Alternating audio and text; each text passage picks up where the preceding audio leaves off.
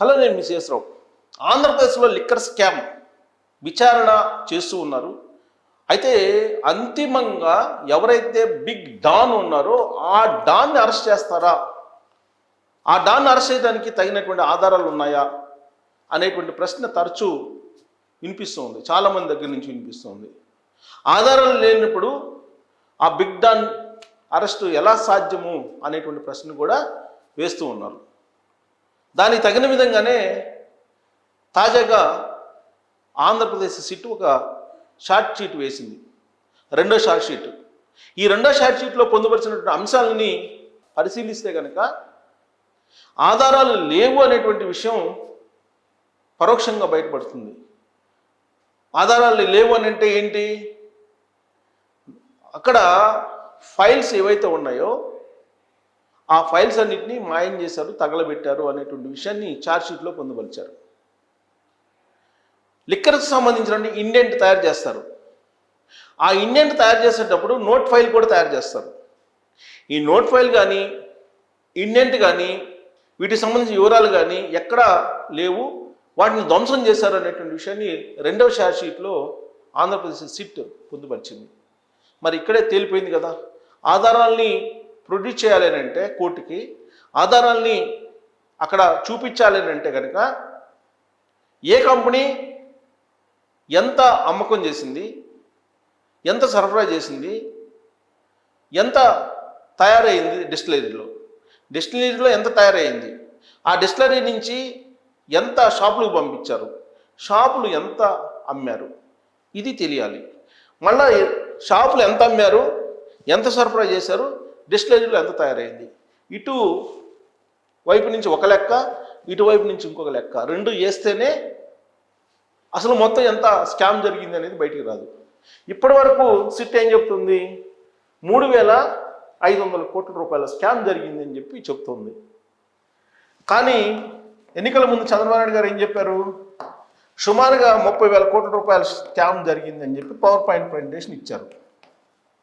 మరి ఈ 30,000 కోట్లు జరిగిందా, 3,500 కోట్లు జరిగిందా, లేదంటే 1,00,000 కోట్లు జరిగిందా అనేది తేలాలి అని అంటే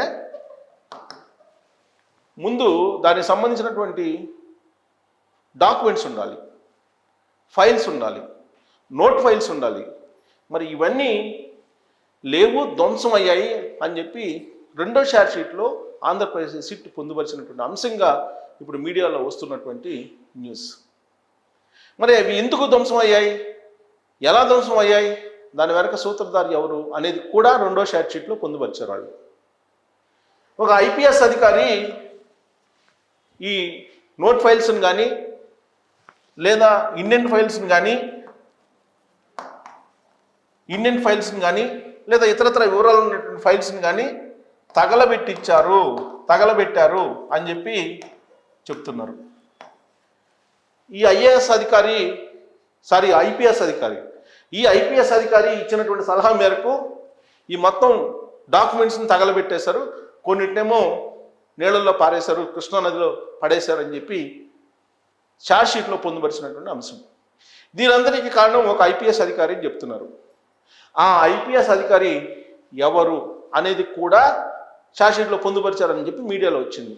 ఆ ఐపీఎస్ అధికారి ఎవరు అనేది నేను పేరు చెప్పను, కానీ కొన్ని హింట్స్ ఇస్తాను. ఆ ఐపీఎస్ అధికారి ఎవరు అని అంటే జత్వానీ కేసులో జైలుకి వెళ్ళి ఇచ్చారు, అందుకన్నా పెద్ద క్లూ అవసరంలా. జత్వానీ కేసులో జైలుకి వెళ్ళి వచ్చినటువంటి పోలీస్ అధికారి.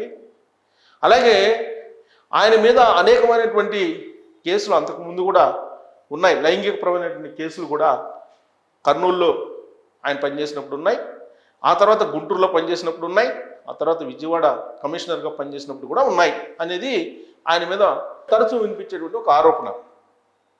ఆ అధికారి జగన్మోహన్ రెడ్డి గారు ముఖ్యమంత్రిగా ఉన్నప్పుడు సర్వం తానై పోలీస్ డిపార్ట్మెంట్ని కదిలిచ్చారు, ఎక్సైజ్లో కూడా ఎంటర్ అయ్యారు.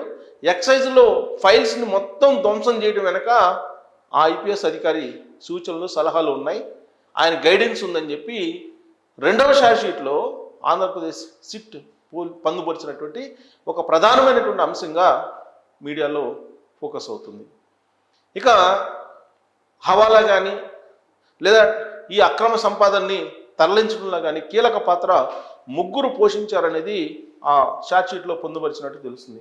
ఆ ముగ్గురు ఎవరంటే ధనుంజయ రెడ్డి. ఎవరైనా ధనుంజయ రెడ్డి అప్పట్లో షాడో సీఎంగా భావించేవాళ్ళు వైఎస్ఆర్ కాంగ్రెస్ పార్టీ వాళ్ళు, చాలామంది షాడో సీఎంగా భావించేవాళ్ళు. విజయసాయి రెడ్డి కూడా చెప్పారు, జగన్మోహన్ రెడ్డి గారి చుట్టూ ఉన్నటువంటి కోటరీ ఆయన్ని చెడగొట్టింది, ఆ కోటరీ కారణంగానే 11 స్థానాలకు పరిమితమైంది వైఎస్ఆర్ కాంగ్రెస్ పార్టీ, ఆ కోటరీని కనుక బయటికి పంపిస్తే నేను మళ్ళా జగన్మోహన్ రెడ్డి దగ్గరికి వెళ్ళొచ్చు, జగన్మోహన్ రెడ్డి గారి గురించి మళ్ళీ ప్రజలు కూడా ఆదరించే అవకాశం ఉందని చెప్పి ఆయన ఒక ప్రెస్ మీట్లో చెప్పడం కూడా జరిగింది.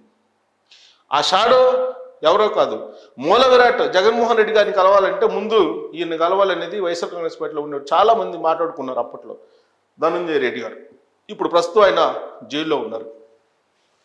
ఇక 2 బాలాజీ గోవిందప్ప. ఈయన ఎవరు? బాలాజీ గోవిందప్ప ఈయన భారతీ సిమెంట్స్కి శాశ్వత డైరెక్టర్, వైఎస్ ఫ్యామిలీకి ఆడిటర్, విజయసాయి రెడ్డి గారికి అనుచరుడు. ఈయన కీలకం. 3 కృష్ణమోహన్ రెడ్డి. ఎవరైనా కృష్ణమోహన్ రెడ్డి? జగన్ గారికి ఓఎస్డి. వివేకానంద రెడ్డి గారి మర్డర్ కేసులో ఫస్ట్ కాలు గుండెపోటుకు సంబంధించి అందుకుంది ఈయన అనేది అప్పట్లో వచ్చినటువంటి న్యూస్.